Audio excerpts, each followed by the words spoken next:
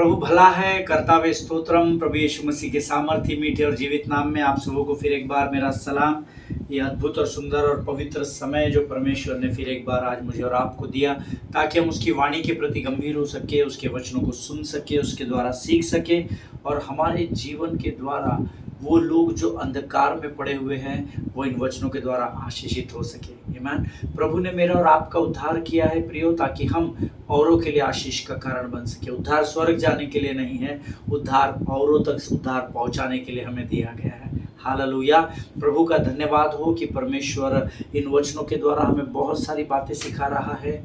कल हमने जिन वचनों का अध्ययन किया, बहुत सारे लोगों ने मुझे फ़ोन कॉल्स किए और मुझसे बातचीत की, और बहुत सारे लोगों ने धन्यवाद दिया कि बहुत इम्पोर्टेंट इन्फॉर्मेशन आपने पवित्र शास्त्र की हम तक पहुंचाई। और प्रभु का धन्यवाद हो, क्योंकि जब आप परमेश्वर को मांगते हैं तो आपको प्राप्त होता है। मत्ती 7:7 में लिखा है, मांगो तो तुम्हें दिया जाएगा, ask and it shall be given unto you. आमीन। परमेश्वर अपने वायदे से कभी भी नहीं मुकरता है। संसारिक आशीषों को मांगने से अच्छा हम स्वर्गीय आशीषों को मांगना शुरू करें। आमीन। अपने लिए स्वर्ग में धन को इकट्ठा करना शुरू करें, ताकि जब हम प्रभु से प्रार्थनाओं में उन बातों को मांगे जो संसार में प्राप्त नहीं होती, तो परमेश्वर हमें केवल उन आशीषों को नहीं, परंतु परमेश्वर हमें स्वर्ग की आशीषों के साथ पृथ्वी की आशीष से भी भर देगा। हालेलुया। मैं यहोवा का धन्यवाद देता हूँ कि प्रभु ने उन बातों को प्रकट किया, और परमेश्वर ऐसे ही रोज़ हमारे मध्य में आकर हमसे बातचीत करता है, और प्रभु हमसे रोज़ वचनों के द्वारा हमें आशीष देता है, और हम रोज़ आशीषों में भरकर औरों के लिए आशीष का कारण बनते हैं। इसलिए प्रभु का धन्यवाद है। आज फिर एक बार स्वर्ग के परमेश्वर की पवित्र आत्मा हमारे मध्य में है प्रियो, और वो हमसे बातचीत करने के लिए उत्साहित है। आज फिर हम कुछ अद्भुत बातों को सीखेंगे, और पवित्र आत्मा खातरी से हमको सिखाएगा, ये उसका वायदा है, ऐसा मैं विश्वास करता हूँ। लेकिन उससे पहले क्यों ना रोज जैसे हम वचनों को पढ़ते हैं, आज फिर एक बार इन वचनों का अंगीकार विश्वास के द्वारा अपने मुंह से करेंगे।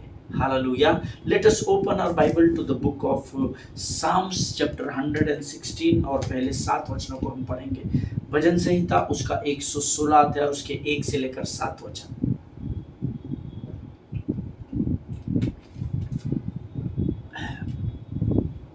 वचन में लिखा हुआ है, मेरा विश्वास है आप सभी लोगों के पवित्र शास्त्र आप लेकर बैठे हैं। जोर से हम पढ़ेंगे इन वचनों को, प्रभु का धन्यवाद देंगे। मैं प्रेम रखता हूं इसलिए कि यहोवा ने मेरे गिड़गिड़ाने को सुना है। उसने जो मेरी ओर कान लगाया है, इसीलिए मैं जीवन भर उसको पुकारा करूंगा। मृत्यु की रस्सियां मेरे चारों ओर थी, मैं अधलोक की सकेती में पड़ा हुआ था। मुझे संकट और शोक भोगना पड़ा। तब मैंने यहोवा से प्रार्थना की, हे यहोवा, विनती सुनकर मेरे प्राण को बचा ले। यहोवा अनुग्रहकारी और धर्मी है, और हमारा परमेश्वर दया करने वाला है। यहोवा भोलों की रक्षा करता है। जब मैं बलहीन हो गया था, उसने मेरा उद्धार किया। हे मेरे प्राण, तू अपने विश्राम स्थान में लौटा, क्योंकि यहोवा ने तेरा उपकार किया है। हालेलुया। 8वां वचन भी हम पढ़ेंगे। तूने तो मेरे प्राण को मृत्यु से, मेरी आंखों को आंसू बहाने से और मेरे पाँव को ठोकर खाने से बचाया है। हालेलुया। प्रभु इन वचनों के द्वारा आपको बड़ी बरकत दे और बड़ी आशीष दे प्रियो। ये अद्भुत वचन है जो आज मेरे अध्ययन के समय में मैं इस पर मनन कर रहा था। प्रभु ने बड़ी आशीष दी इन वचनों को पढ़ने के द्वारा। यहाँ पर भजन का लिखने वाला दाऊद कहता है, मैं प्रेम रखता हूं इसलिए कि यहोवा ने मेरे गिड़गिड़ाने को सुना है। हालेलुया। हम सबों ने जब अपने संकट और संकट के समय और कठिन परिस्थितियों में जब हम सबों ने परमेश्वर के सामने अपने निवेदनों को प्रार्थना और विनती के द्वारा रखा, गिड़गिड़ाए, और हमने प्रभु से विनती की, हम सब की प्रार्थनाओं को परमेश्वर ने सुना और उत्तर भी दिया है। हालेलुया। जैसे उसने दाऊद की प्रार्थना का उत्तर दिया, वैसे उसने हमारी भी प्रार्थनाओं का उत्तर दिया है। और जैसे हम उससे प्रेम करते हैं, उससे कहीं अधिक वो हमसे प्रेम करता है, और इसीलिए वो पवित्र शास्त्र में लिखे गए वायदों के अनुसार ही हमारे साथ व्यवहार करता है। हालेलुया। उसने जो मेरी ओर कान लगाया है, इसीलिए मैं जीवन भर उसको पुकारा करूँगा।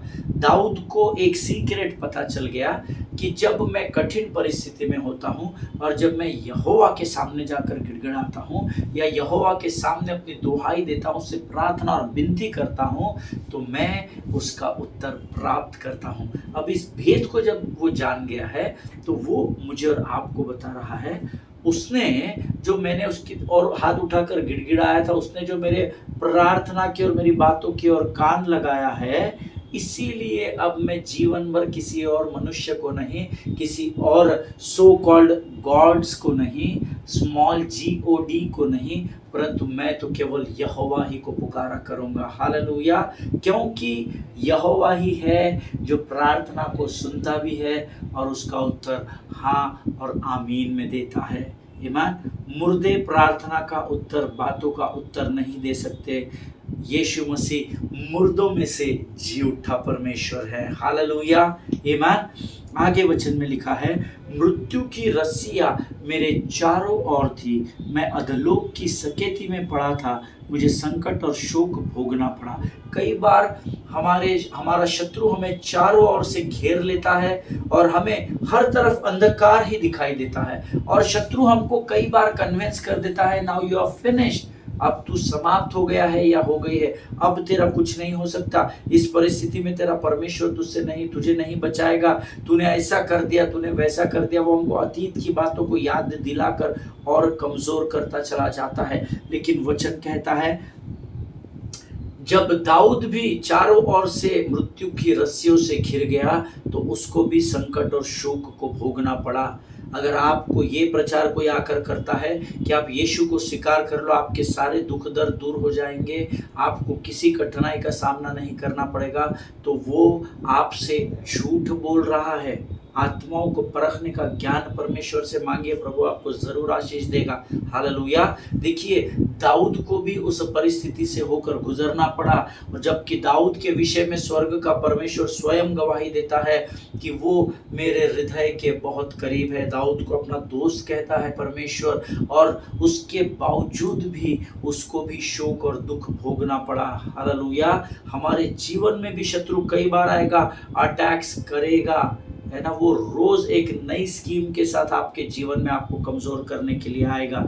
लेकिन तब जब दाऊद शत्रु के उस छावनी से चारों ओर से मृत्यु की रस्सियों से घिर गया था और संकट और शोक के समय से होकर गुजर रहा था, तब दाऊद ने जो किया, अगर आप वो करेंगे तो आप परमेश्वर की महिमा को देखेंगे। तो दाऊद ने क्या किया, उसका उत्तर अगले वचन में लिखा है। पहले हम तीसरा वचन फिर से पढ़ेंगे। मृत्यु की रस्सियां मेरे चारों ओर थी, मैं अधोलोक की सकेती में पड़ा था, मुझे संकट और शोक को भोगना पड़ा। तब दाऊद कहता है, मैंने फिर एक बार यहोवा से प्रार्थना की, जिस यहोवा से मैंने पहले भी, जिसके सामने मैं गिड़गिड़ाया था, और पहले भी बहुत बार ऐसी परिस्थिति, इससे विकट परिस्थितियों में जब मैं प्रभु के पास गया था, उसने मुझे उस समय बचा लिया था। आज फिर एक बार जब मैं शत्रु की छावनी से घिरा हुआ हूँ, संकट और कठिनाइयों से घिरा हुआ हूँ, मैंने फिर एक बार यहोवा से प्रार्थना की, हे यहोवा, विनती सुनकर मेरे प्राणों को मेरे इस परिस्थिति से मुझे बचा ले, मेरी इस कठिनाई से मुझे आजाद कर। पांचवा वचन कहता है, यहोवा अनुग्रहकारी और धर्मी है, और हमारा परमेश्वर दया करने वाला है। और उसने दाऊद की प्रार्थना के बाद दाऊद पर अनुग्रह किया, दाऊद के प्रति उसने अपनी दया को प्रकट किया, अपनी करुणा को उंडेला, और दाऊद को उस मृत्यु की रस्सियों से आज़ाद कर दिया। हालेलुया! अगर दाऊद का परमेश्वर ही आपका परमेश्वर है, और जब आप दाऊद के समान या दाऊद से भी बढ़कर परमेश्वर के सामने जाकर आप प्रार्थना को करेंगे, परमेश्वर आपके हर परिस्थिति पर आपको विजय दिलाएगा, क्योंकि उसका नाम यहोवा निस्सी है, जो मेरे और आपके जय का झंडा कहलाता है। हालेलुया! अगर आप मेरी बात से सहमत है तो आप आमीन कहेंगे। छठवां वचन कहता है, यहोवा भोले लोगों की रक्षा करता है, जब मैं बलहीन हो गया था उसने मेरा उद्धार किया। आज आप कर्जे में हो सकते हैं, आज आप शारीरिक बीमारी में हो सकते हैं, आत्मिक बीमारी आपको हो सकती है, मानसिक बीमारी आपको हो सकती है, आपको कुछ सूझ नहीं रहा है, आपको आगे अंधेरा ही दिख रहा है। वचन कहता है जब मैं बलहीन हो गया उसने मेरा उद्धार किया, अर्थात उसने मुझे संभाला। अगर आज आप बलहीन हैं तो आपके लिए परमेश्वर आज वायदा करता है कि मैं धर्मी के निर्बल और ढीले घुटनों को सीधा करने वाला परमेश्वर हूँ। अगर आज आप झुके हुए हैं, अगर आज आप गिर भी रहे हैं, तो परमेश्वर का गीत कहता है जब मैं गिरूं वो मुझे उठाने वाला परमेश्वर है। हालेलुया। जिनके सुनने के कान हो वो सुन ले। परमेश्वर आज आप में से बहुत सारे लोगों से बातचीत कर रहा है, ऐसा मैं विश्वास करता हूँ। Never ever give up in your life beloved people of God, never give up in your life. आमीन। आपकी परिस्थिति कितनी भी विकट क्यों ना हो, अगर 18 साल का अदनासा जिसके मुख पर लाली झलकती थी, अगर वो एक पत्थर से गोलियात को गिरा सकता है, तो परमेश्वर ने तो आज आपके मुख में वचन की तलवार को रखा है। हालेलुया। आमीन। आगे वचन में लिखा है, हे मेरे प्राण तू अपने विश्राम स्थान में लौटा, क्योंकि यहोवा ने तेरा उपकार किया है। हालेलुया। जो आपका मन विचलित है, अपने मन को दाऊद के समान आज्ञा दे। दाऊद भजन संहिता 103 में कहता है, अपने मन को आज्ञा देता है, हे मेरे मन यहोवा को धन्य कहे और जो कुछ मुझ में है उसके नाम को धन्य कहे। हे मेरे मन सुन, यहोवा को धन्य कहे और उसके किसी भी उपकार को नहीं भूलना। हालेलुया।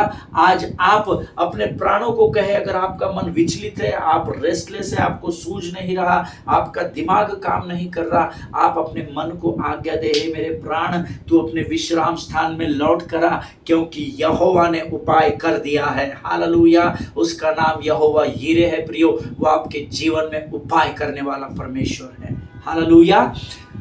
तूने तो मेरे प्राण को मृत्यु से, मेरी आंख को आंसू बहाने से और मेरे पाँव को ठोकर खाने से बचाया है। हालेलुया। आमीन। भजन संहिता 34:5 एक अद्भुत वचन, जितनों ने यहोवा की ओर दृष्टि की उन्होंने ज्योति पाई और उनका मुख कभी भी काला ना होने पाया। जब आप ठहरे रहेंगे, जब आप परमेश्वर की बात जोहेंगे, तो आप इस वचन के अनुसार, परमेश्वर का वचन कहता है, वो आपके पाँव को ठोकर खाने से बचा लेगा। Hallelujah.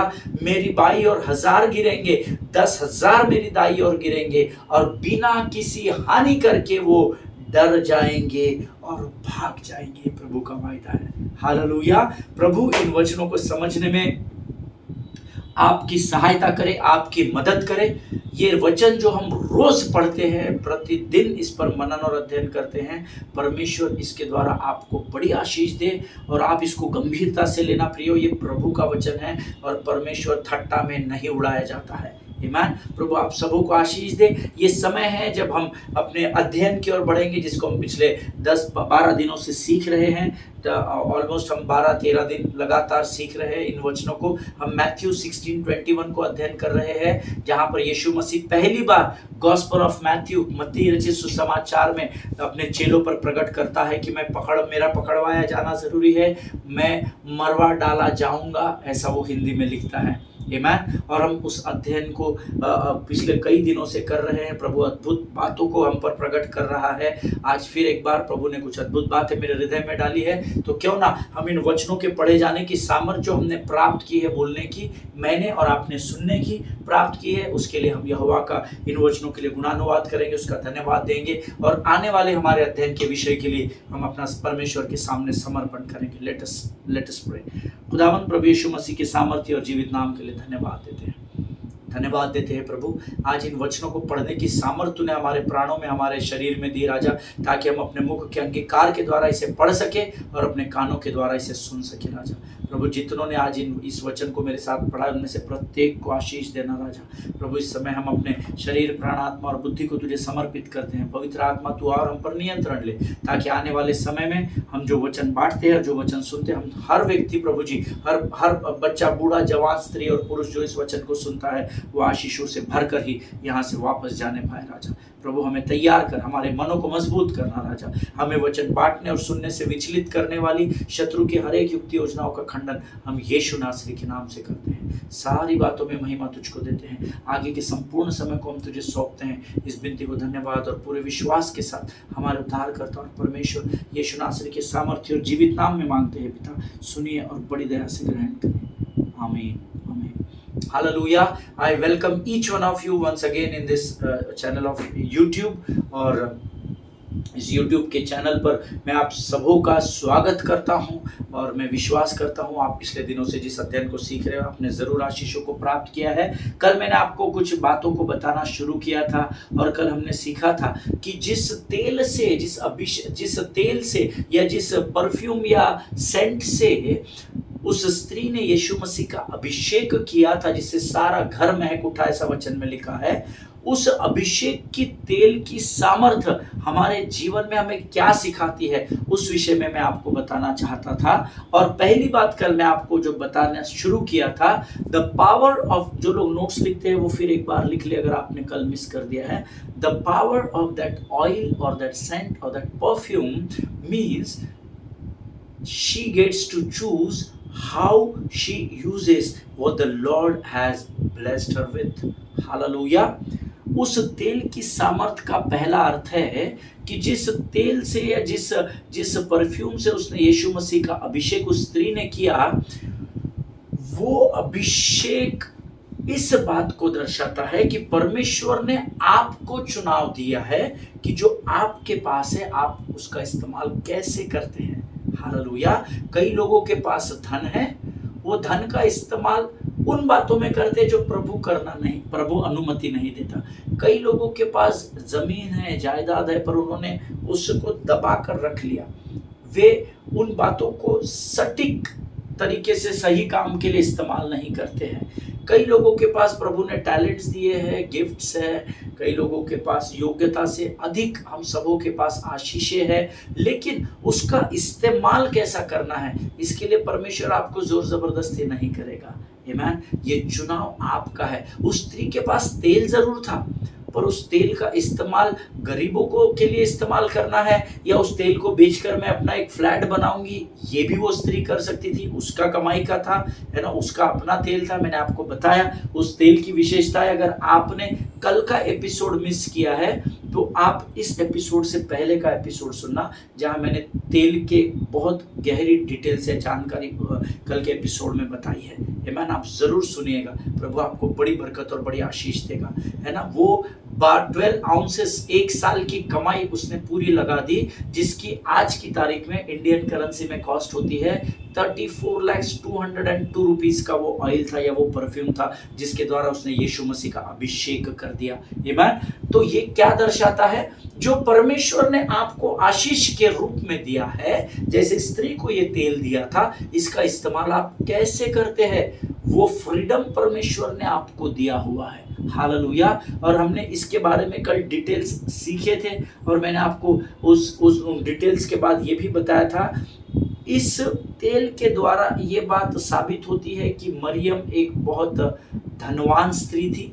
She was rich lady, है ना, और स्त्री थी, बहुत धनवान स्त्री थी। ये उससे साबित होता है क्योंकि जो स्त्री एक परफ्यूम की बोतल के लिए 12 आउंसेस, आज के तारीख में 34,202 रुपए की एक परफ्यूम बोतल खरीद सकती है, वो भला कैसे गरीब हो सकती है। Hallelujah. What does that mean? That means that scent or that perfume represented her wealth, number one. Number two, that perfume or that scent represented her financial resources. Amen. और जब उसने उस तेल को यीशु पर उंडेलने के लिए अपने हाथों में लिया तो लोगों ने उसका विरोध किया, ऐसा लिखा है, क्योंकि that oil was very very very expensive। Hallelujah. 34,202 रुपए का ऑयल था आज की तारीख में। आमीन। बहुत एक्सपेंसिव था। और उसने, मैंने कल आपको बताया था, वो तेल उसने उंडेल दिया, स्प्रे बॉटल के समान फिश करके 2 बार मारा नहीं अपने कॉलर के ऊपर या अपने शोल्डर के ऊपर, उसने उस तेल को, उस परफ्यूम को पूरा का पूरा उंडेल दिया। हालेलुया। आमीन। कितनी अद्भुत बात है, कितनी अद्भुत बात है। और कुछ लोग वहां पर थे, मैथ्यू, मार्क, लूक, जॉन, चारों में इस अध्ययन का अलग अलग वर्णन दिया गया है, उसके पूरे डिटेल्स में आपको सिखा चुका हूँ। अगर आपने नहीं सुना है, आज आप पहली बार सुन रहे इस अध्ययन को, तो इस पूरे सीरीज को he must be killed Matthew 16:21, ये पूरी सीरीज को आप पहले दिन से देखना। आमेन। 30-35 मिनट, समटाइम्स 25, समटाइम्स 40 मिनट्स, हर दिन का जो अध्ययन है वो आप करना। परमेश्वर आपको बहुत सारे भेद की बातों को प्रकट करेगा। हालेलुया। और जब उन लोगों ने उस स्त्री का विरोध करना शुरू किया, और इसीलिए अगर आप यूहन्ना की पुस्तक उसका 12वां अध्याय उसका 5वां वचन, the gospel of John chapter 12 verse 5 पढ़ेंगे, यूहन्ना की पुस्तक उसका 12वां अध्याय उसका 5वां वचन कहता है, इस इत्र को 300 चांदी के सिक्कों में बेचकर धन गरीबों को क्यों नहीं दे दिया गया। हालेलुया, आमीन। और जब यीशु ने उस बात को सुना कि लोग उसके विरोध में ऐसी बातें कर रहे हैं, जिस स्त्री ने यीशु मसीह का अभिषेक किया था, तो यीशु मसीह ने Matthew, gospel of Matthew chapter 26 versus 10 और 11 को हम निकालेंगे। The gospel of Matthew chapter 26 versus 10 and 11, मत्ती रचित सुसमाचार उसका 26 अध्याय उसके 10 और 11 वचन कहते हैं, यह जानकर यीशु ने उनसे, अर्थात वहाँ की भीड़ से, वहाँ के लोगों से कहा, स्त्री को क्यों सताते हो? उसने मेरे साथ भलाई की है। कंगाल तुम्हारे साथ सदा रहते हैं, परंतु मैं तुम्हारे साथ सदैव न रहूंगा। हालेलुया, आमीन। फिर से एक बार पढ़ेंगे। मकज आपका जो दिमाग, आपका जो माइंड है, वो जगह पर रख कर पढ़िएगा गंभीरता से। मैथ्यू 26 वर्सेस 10 एंड 11, यह जानकर, क्या जानकर, कि जब वो स्त्री उसका अभिषेक कर रही है तो लोग उसके विरोध में बोल रहे। क्या बोले उन्होंने? कि इस 300 इस इत्र को 300 चांदी के सिक्कों में बेचकर हम गरीबों को क्यों नहीं दे देते। तो यीशु मसीह कहता है, स्त्री को क्यों सताते? उसने तो मेरे साथ भलाई की है। कंगाल तो तुम्हारे साथ, कंगाल गरीब लोग तो तुम्हारे साथ हमेशा रहते हैं, परंतु मैं तुम्हारे साथ सदैव न रहूंगा। आमीन। नाउ बहुत सीरियसली मेरी बात को सुनना, अपने शरीर और आत्मा की कानों को मेरी और बहुत ध्यान से लगाकर सुनना। Now let me tell you, allow me to tell you one thing, that the above verse which is Matthew 26:11, ये जो वचन है, this is the most misunderstood and misinterpreted quote of Jesus in all the Bible. आमीन। मुझे नहीं पता आपने इसका अनुभव किया कि नहीं, परंतु जब मैं प्रभु में नया था और मैं ये वचन पढ़ रहा था, मेरा दिमाग घूम गया था कि ये यीशु मसीह लोगों को मदद करना सिखाता है, गरीबों की सहायता करना सिखाता है, और बोलता कंगाल तो हमेशा तुम्हारे साथ रहेंगे, लेकिन आज मुझे इस इत्र से नहलाया जाए या मेरा अभिषेक किया जाए, मुझ पर उंडेल दिया जाए। ये कैसा परमेश्वर है। और ऐसे विचार कई वर्षों में कई लोगों को आए हैं इस वचन को पढ़ने के बाद। आमीन। इसीलिए always remember the Bible is a book of revelation. आमीन। ये प्रकाशन की किताब है। आप ऐसे वचनों को सुनकर शत्रु आपको बरगला देता है, and that is what I said, that this Matthew 26:11 is the most misunderstood and misinterpreted, mostly this is that quote of Jesus, misunderstood और misinterpreted किया गया हुआ है। पूरे पवित्र शास्त्र में इस वचन को लेकर बहुत वाद विवाद होते हुए मैंने 22 साल की सेवा में देखे हैं। अधिकतर समय जब हम इस वचन को पढ़ते तो हमको लगता है कि यीशु बोल रहा है कि गरीबों की मदद बाद में करते रहना, पहले मेरा सम्मान करो। ये कैसा परमेश्वर है ना, जो गरीबों की, सही तो कह रहे हैं लोग, है ना, वो सही तो कह रहे हैं कि इसको 300 चांदी के सिक्कों में हम इस इत्र को बेच देते, इतना महंगा है, और इतना 300 चांदी के सिक्के मिलते तो हम कितने सारे गरीबों को भोजन खिलाते, कपड़े देते, उनके लिए घर बनाने की योजना बना लेते, प्लॉट्स बना खड़े कर देते। ये लोग कह रहे थे, लेकिन यीशु कहता है कि कंगाल तुम्हारे साथ सदैव रहेंगे, परंतु मैं तुम्हारे साथ सदैव न रहूंगा। हालेलुया। लेकिन सोचने वाला आम आदमी, हमारी बुद्धि सोच सीमित है। हम ये सोचते हैं ये यीशु मसीह क्या बात कर रहा है, गरीबों की मदद बाद में करते रहना, पहले मेरे को ऑनर करो, मेरा सम्मान करो।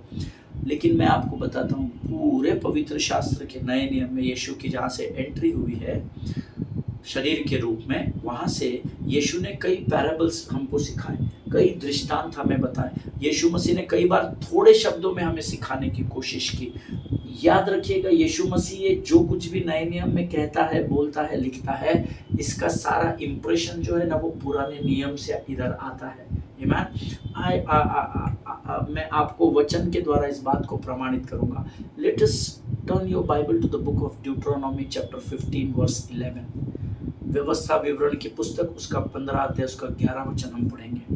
व्यवस्था विवरण 15 अध्याय 11 वचन। सब मिलकर एक साथ ऊंची आवाज से पढ़ेंगे, क्योंकि विश्वास के लिए मुंह से अंगीकार किया जाता है। आमीन। Let us read Deuteronomy 15:11। तेरे देश में दरिद्र तो सदा पाए जाएंगे, ऐसा लिखा है। वो सदा पाए जाएंगे ना, उसके ऊपर आप हाईलाइट करें उसको, रेड, इन, ब्लू, ब्लैक, जो भी आपके पास हाइलाइटर है उससे हाईलाइट करें।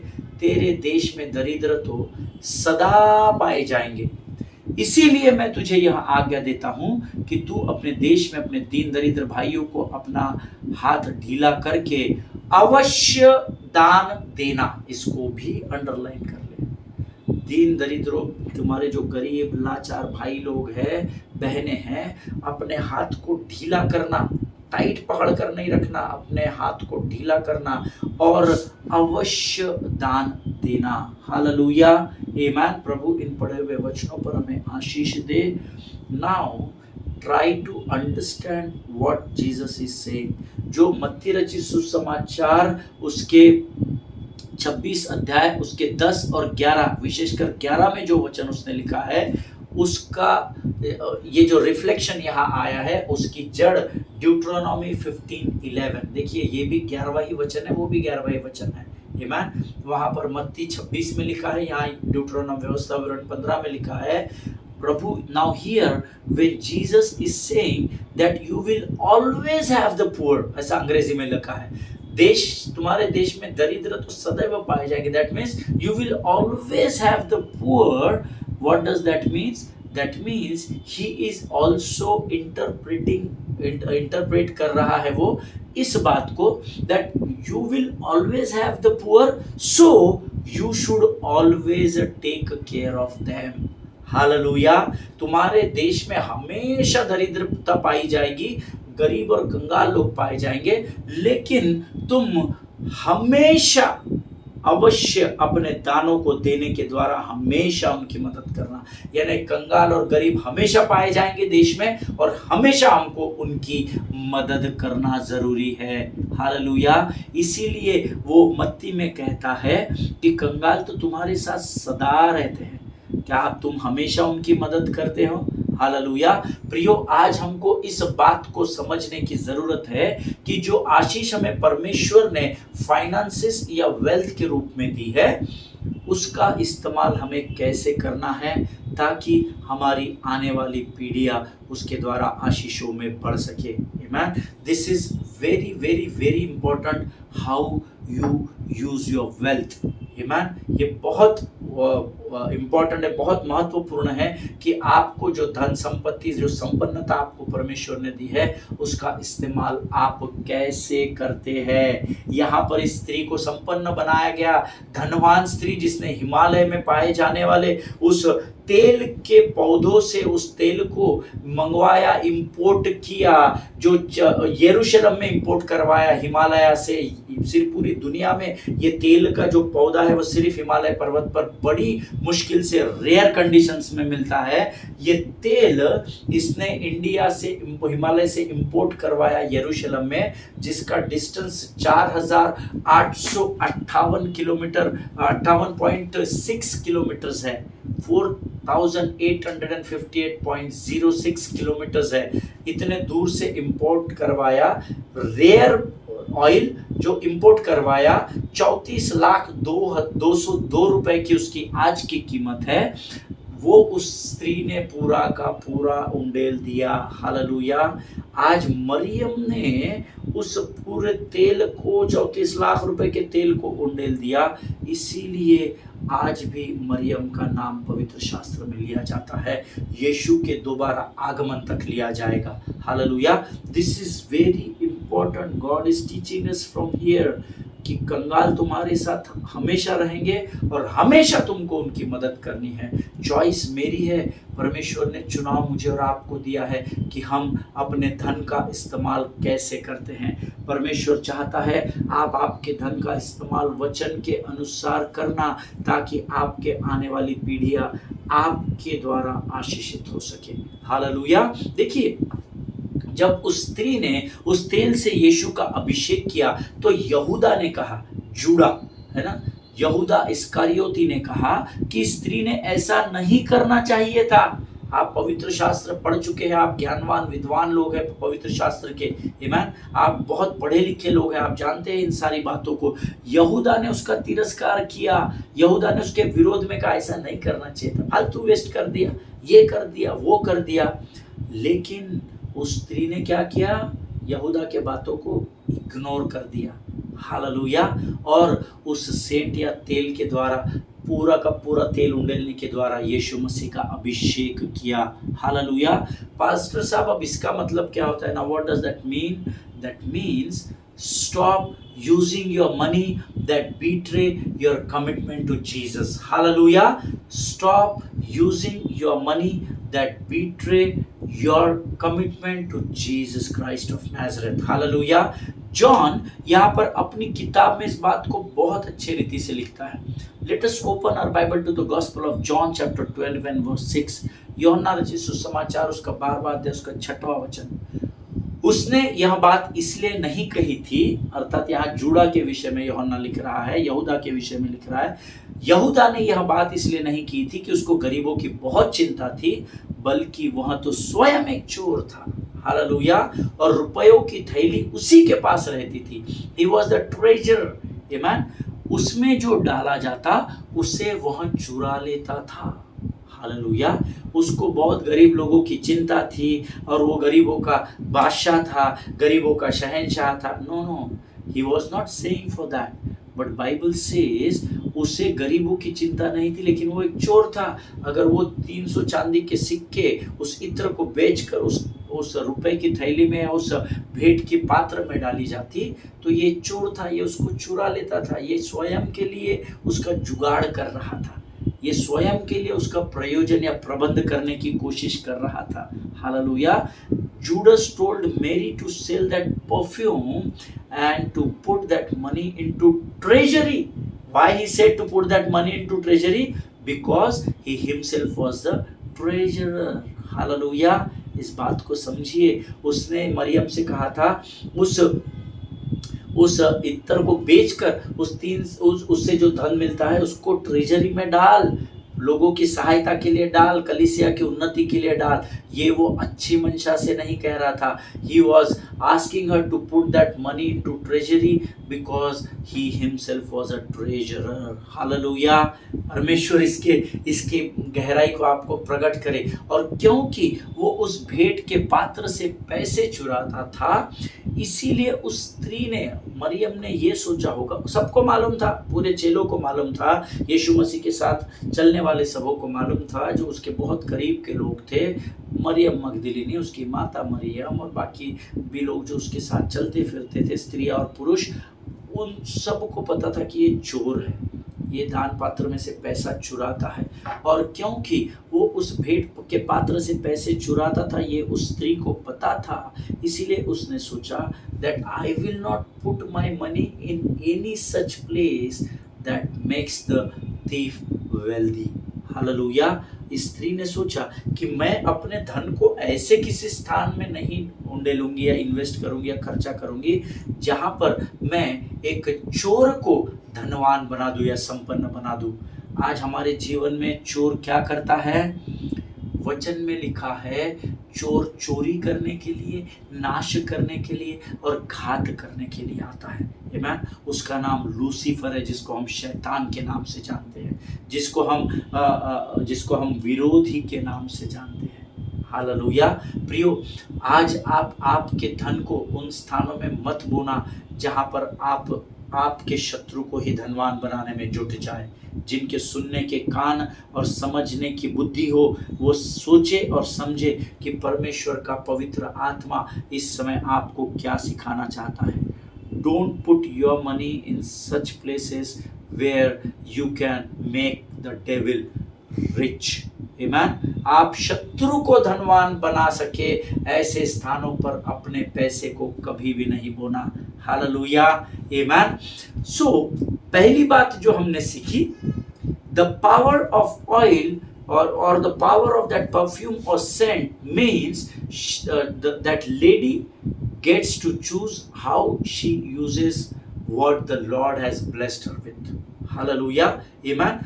परमेश्वर के उस अभिषेक को, उस तेल का उंडेला जाना इस बात को दर्शाता है कि परमेश्वर ने उसको यह अधिकार दिया, उसको ये चुनाव दिया कि इस तेल का ये कैसा इस्तेमाल करे। और इसीलिए जब लोगों ने उसके विरोध में बातें की तो यीशु उसके लिए खड़ा हो गया। तुम उस स्त्री को क्यों सताते हो, उसने तो भलाई ही की है। हालेलुया। आमीन। प्रभु इस बात को समझने में आपकी सहायता करे, प्रभु के लोग आपकी मदद करे। मेरा थोड़ा गला खराब है क्योंकि मैं पिछले 2-3 दिन से लगातार सेवा में लगा हूँ अधिकतर समय। सो थोड़ा सा गला, कल मैं जहाँ पर सेवकाई कर रहा था वहाँ पर पावर भी नहीं था, तो बिना साउंड के मुझे गीतों को गाना पड़ा, प्रचार करना पड़ा। लेकिन मैं विश्वास करता हूँ मेरा गला कितना भी खराब रहे, परमेश्वर ने आपके कानों तक वचन तो ज़रूर पहुँचा दिए होंगे, और जो आपको सुनने में कठिन हो गए होंगे वो जब आप अध्ययन करेंगे प्रभु आपको सिखा देगा। हालेलुया। परमेश्वर इन वचनों के द्वारा आपको बड़ी बरकत दे, बड़ी आशीष दे। प्रियो, ये समय है जब हम इन वचनों के गहराई को प्रभु ने जो आज हमें दिया है, हम उसके लिए यहोवा का धन्यवाद करें। आइए हम दुआ करें। खुदावन प्रभु यीशु मसीह के सामर्थ्य मीठे जीवित नाम के लिए हम तेरे नाम को ऊंचा उठाते हैं, धन्यवाद देते हैं राजा। इन वचनों के द्वारा आज फिर एक बार तूने हमारे हृदयों को फिर एक बार भेदा, हमारे मांस और गूदे को तैयार किया राजा, हम धन्यवाद देते हैं। ये वचन जो आज हमने सुने हैं हमारी स्मरण शक्ति को आशीष दे राजा, ताकि हम इन वचनों को जीवन भर अपने मन में और अपने हृदय और आत्मा में समा कर रख सके, और इनको बांटने के द्वारा हम औरों के लिए आशीष और आदर का कारण हो सके राजा। जितनों ने सुना उन्हें आशीष दे राजा, जिनको समझने में कठिनाई हुई उनके मनों को तू तैयार कर। इस समय हम अपने आप को यीशु मसीह के लहू में सुरक्षित करते हैं, सारी बातों में महिमा तुझको देते हैं। आगे के संपूर्ण समय को हम तुझे सौंपते हैं। विनती को धन्यवाद और पूरे विश्वास के साथ हमारे उद्धारकर्ता और हमारे परमेश्वर यीशु नासरी के सामर्थ्य नाम में मांगते हैं पिता, सुनिए और बड़ी दया से ग्रहण करें। आमीन। हालेलुया। परमेश्वर आप सबों को बड़ी बरकत और बड़ी आशीष दे। इजराइल के लिए प्रार्थना करें, भारत देश के लिए प्रार्थना करें, अपने पासबानों के लिए, उनके परिवारों के लिए जरूर प्रार्थना करें, क्योंकि आशीष हारून के सर से उंडेली जाती है। हालेलुया।